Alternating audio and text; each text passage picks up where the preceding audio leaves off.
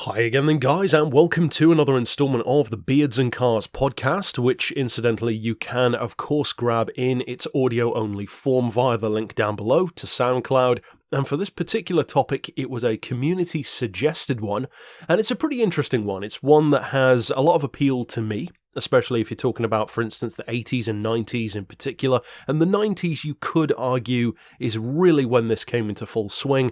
Nowadays, though, not so much, and that is the impetus of the discussion.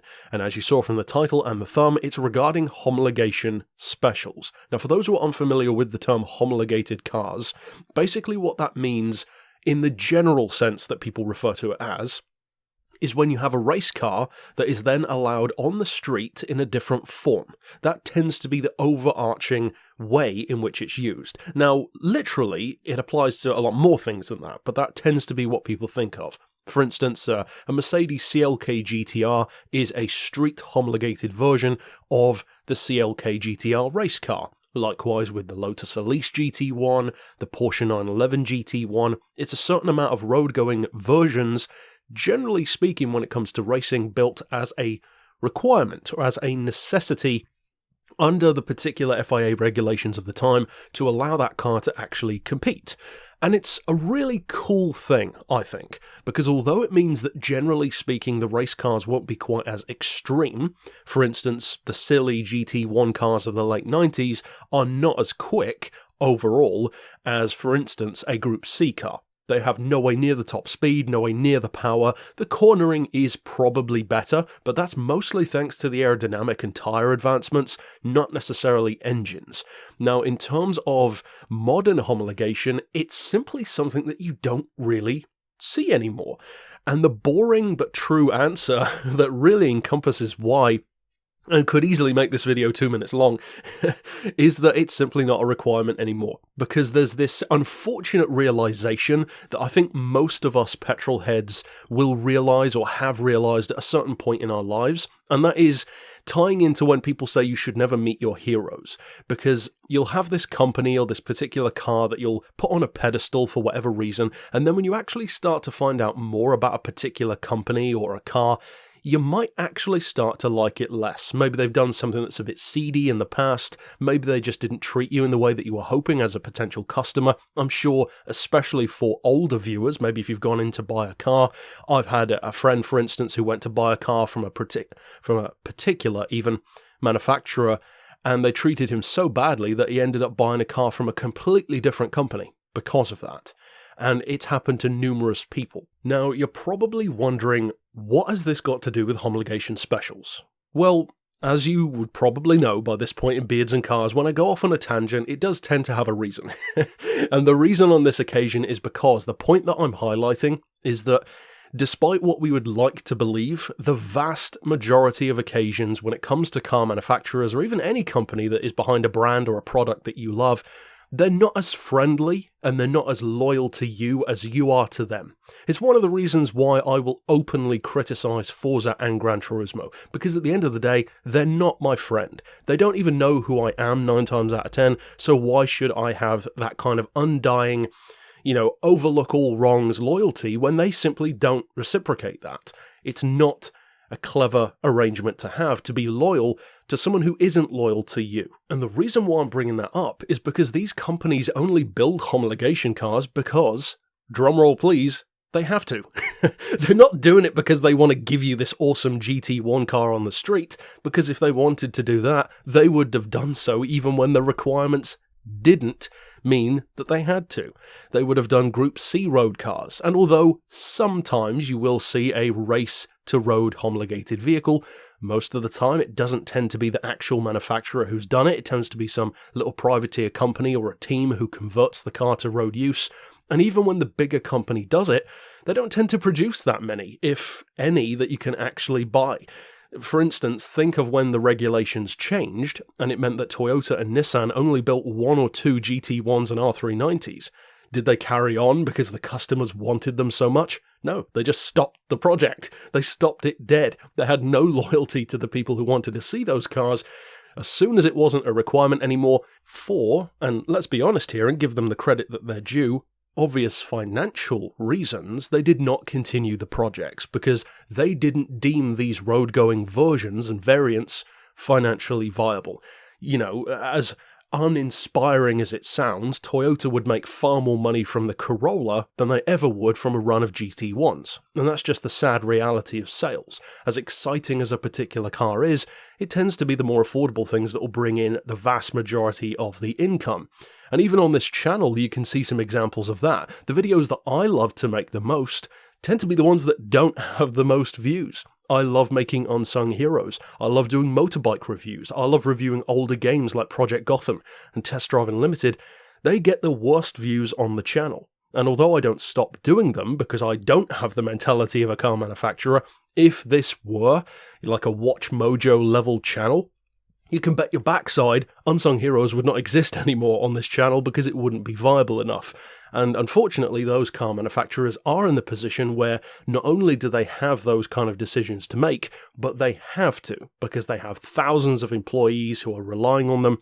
So as I said, it's kind of a boring answer as to why we don't see more homologation cars today, but that really is the answer. They are not a requirement, and as such, most companies, especially today, simply don't do them anymore. What you do tend to see, however, which to some people might make up for it to some degree, is a special edition or an homage to a race car that certain manufacturers will do, like a limited run series, which is more cost effective to produce than a full-on street homologated race car would be. However, that's not to say that there are no modern ones. In fact, as recently as the mid-2000s, you had two prime examples that come to mind immediately, the Maserati MC12 and the Saleen S7.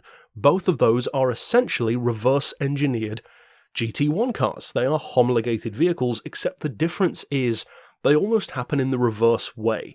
In the 90s, with Toyota, Nissan, the Porsche 911 GT1, the Elise GT1, the CLK GTR, you will often think of those, and I think of those even, as being a race car first, and then a road car second. Even similar to what Dora did with the 962 road car, it's a race car first. The difference in the 2000s is when most people think of a Maserati MC12 or a Saleen S7, you think of the road car first, and that is because they reverse engineered it. It's a race-ready road car. And interestingly, this is yet another occasion where it makes you have this little nugget of extra respect for the McLaren F1. Because the McLaren F1 arrived over a decade before those 2000s GT1s, despite the fact that it's very similar to many of them, and yet the McLaren had a very similar method. It was the ultimate road car first, and then a race car. If you mention McLaren F1 to most people, they do not think of the race car first. They think of the iconic 240 mile an hour road version. That, to me, is actually very impressive. It's almost like the McLaren was a decade ahead of its time when it comes to regulations. But on the topic of modern ones and the chances of seeing them return, I would say that we are actually currently in a position where it's looking more promising than it has in well over a decade. Because of course GT1 is not a thing anymore in the way that it was in the mid-2000s, as I said, with Maserati, Saleen and various others. That is not the case anymore. It's much more of a GT3 style series now, GTE, just that lower level, around 600 horsepower machine category, which in many ways is actually similar to some of the specs that those GT1s had, but they don't quite have the exotic nature that those did. They don't tend to be supercar based, they're more sports car based these days. Vipers, Corvettes, Astons, that kind of stuff. However, the thing that could change that all very soon, or at least to some degree, is of course Le Mans hypercars, because certain manufacturers will have the option, as far as I can recall, not a necessity though, to produce street versions. Now, don't necessarily quote me on that because I haven't reread the regulations when it comes to that, but I do recall that there was some discussion regarding some teams making road versions and other teams not, and there being some element of choice involved. Aston Martin, for instance, kind of already has theirs ready, the Valkyrie, Mercedes with the AMG Project 1, and others probably won't. Peugeot, for instance. The Peugeot Le Mans hypercar, which has been confirmed, is going to look fairly similar to the Vision GT car, the L750. Chances are that ain't going to be a street car. And at the end of the day, as much as you can dislike that decision, because, let's be honest, who would not want to see a Peugeot supercar at this point? They've made so many awesome concepts, including the 907 and the Oxia, and of course the Onyx as well. We want to see it, because, as I said, homologated supercars and race cars tend to be some of the coolest cars on the street, and some of the quickest cars on the street as well. But the decision to produce something like that, a hypercar-level machine, is not going to be as financially viable to a company like Peugeot as it would be to a McLaren, a Ferrari, a Mercedes, because the simple fact is they already do make exotic cars. It's a strong backbone of their performance sector, especially when it comes to a company like Ferrari, of course, but even Mercedes. They have so many AMGs, such a long lineage of super sports and supercars, from the SLR to the AMG GT to the SLS, even to the CLK GTR, and even way back to the Gullwing in the 50s. It's simply a part of their brand, whereas for Peugeot, not so much. It would be similar to Volkswagen actually producing a W12 Nardo for the 2021 Le Mans. As awesome as that would be, it ain't gonna happen, because it's simply not Volkswagen's route. Even the Phaeton, as much as I love it, didn't really make that much sense for Volkswagen. An 80 grand people's car doesn't really sound like a people's car to me, especially with a 6-litre W12 and the mechanicals of a Bentley. It's just not a people's car. And I'm glad that they made it, but the fact remains, it's not exactly Volkswagen's cream of the cream when it comes to earning cash. So ultimately, I would say that I am curious for the future. I believe that we have been certainly in a slump when it comes to homologated vehicles, and for the moment, it tends to be the small privateer teams and boutique manufacturers that actually do that kind of stuff. And I can think of a couple. For instance, recently in Unsung Heroes, we discussed the Courier Cos LM69, which is essentially a homologated car, except it's a modern interpretation of a 1960s homologated car. And it's awesome in its own way.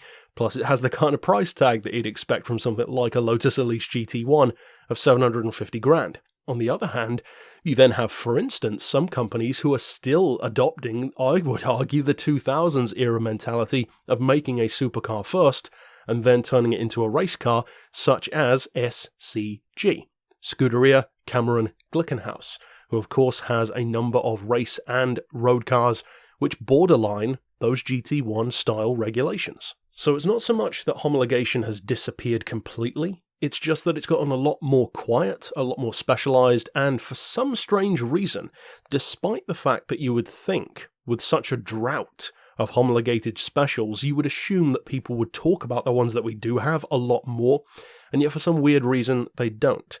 It's almost like the unicorn-level status that those late 90s GT1s have can never be achieved again when it comes to that kind of sheer awe that people have when you see one at a car show, of course the rare occasion on the street, or maybe in a museum. Think of the kind of emotion that you would feel if you were, for instance, passed on the street by a brand new Porsche 911 GT2. It would be a pretty cool sight. Then imagine if you were walking past a Toyota factory and saw them pulling out a TS20 GT1 road car to give it a run around the track. It's simply a different level of emotion for a petrolhead. Even if you're not a Toyota fan, you know there's something inside you that can tell this is something special. It's a special occasion, even if you don't like the car. For me, I was never a fan of the Nissan R390. I've actually warmed to it a lot more in recent years, but even when I didn't like the car, if I'd have seen that thing at Goodwood, it would have still been a very special occasion, because there's just something about those 90s GT1s in particular which has almost like God mode status among hypercars and supercars, and it's something which I don't believe hypercars will bring back to that extent. However, I do like the fact that it's going to be there at all, because that's better than what we've currently had. And of course, for those among us who are maybe a little bit older, maybe later 20s, early 30s and beyond, you probably have a very different ideal when it comes to homologation, and I'm not going to leave you out either, because of course, for a 90s baby like myself, GT1s are the hallowed ground of homologation. But for those who are maybe 80s babies, or even earlier, you probably have a completely different holy grail. Yours would come in the form of Lancia Deltas, Audi Quattros, Ford Sierra RS500s, Mercedes 190e Evo 2s, these homologated cars from the world of rallying and touring cars, from DTM to Group B and beyond. And they also have that same kind of ultimate unicorn status, in a similar way, funnily enough, to the late 90s GT1s, albeit for a different era of people that grew up with it. They're nowhere near as quick, generally speaking, and they're certainly not as valuable as many of those. But at the same time, there is something that's just special about those cars.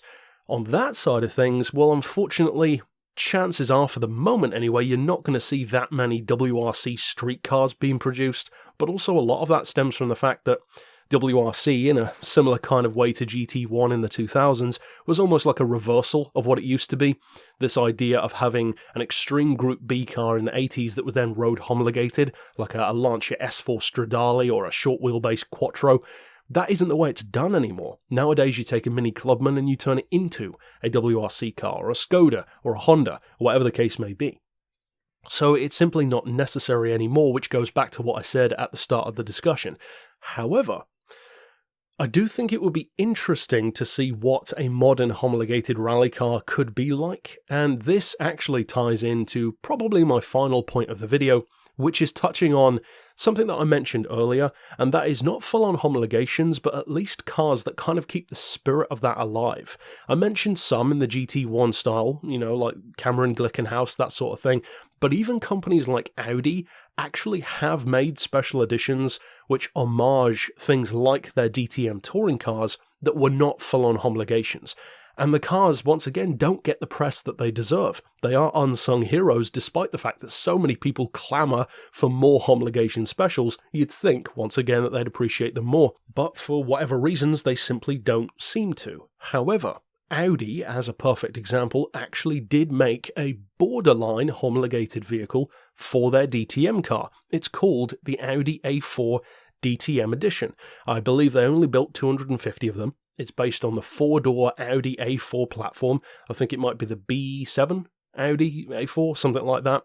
It's all-wheel drive, I believe. It has a 2-litre turbo engine, something like 250 horsepower, and a very modest, but also noticeable to any petrolhead, little body kit on it. It's nothing too special compared to a full-on touring car, and it's certainly not a street-homologated version of an A4 DTM, but it does keep the spirit of homologation alive to some degree. And I'm sure that you can think of other examples like that too. And to me, those are always the best special edition cars around, because they don't just feel like a cash grab. It's not just a Mini with an extra stripe. It's actually a car that does pay homage to a race car. It just does it in a way that is financially viable for the company. It's not some crazy wide arch body kitted Audi A4 which has a seating position in the middle of the vehicle all the way back that basically turns it into a silhouette formula car that happens to have a body on top. Of course that's not viable, and chances are wouldn't be road legal anyway. But I think it is cool that companies try at least to sometimes pay homage, and I think Audi is a prime example. They've done it a couple of times. In fact, my favourite Audi of all time does it in a kind of subversive way, and that is the Q7 V12 TDI, the big brother to my Touareg. That car takes a Le Mans winning engine and just slaps it into a street car. It's essentially the production version of what BMW almost did with the X5 Le Mans. That, I think, is similar. And again, it's about as close as we'll get to a homologated car today. Ultimately, though, that's it for my thoughts on why we don't have as many of them as we used to, and as I said, I'm certainly curious to the future, in particular to the obvious place of Le Mans hypercars, but also I'm curious, will other things factor in as well? Maybe some homologated touring cars or homologated rally cars could arrive in future if regulations change again, but for the moment, I wouldn't say put your expectations high as far as that goes.